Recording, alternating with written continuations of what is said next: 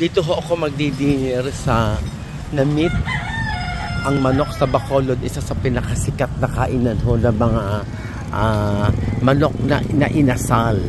Tabi-tabi ho sila. Eto ho, papapasok ako. At ano ba ito? Teka ha.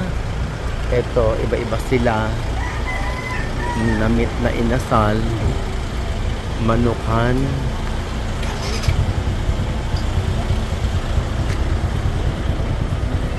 Ayan. Ayan o si Roger. Saka yung classmate niya. Ayan dito ho. Dito raw ho ang mga tabi-tabi na ito. Ito ang pinaka-popular. Kung nasa Bacol.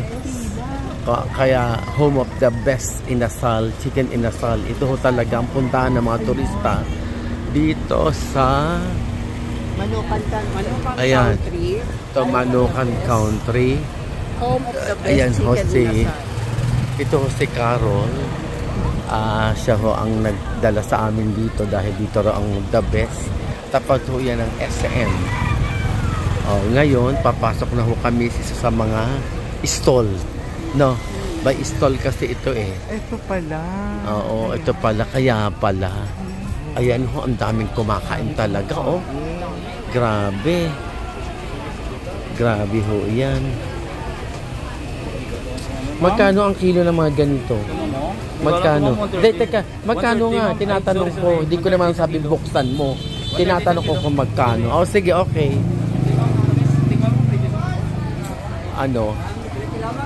Pasok ko kami sa isa sa mga original na Aidas Chicken Inasal. Diba? Pakadami ng kumakain.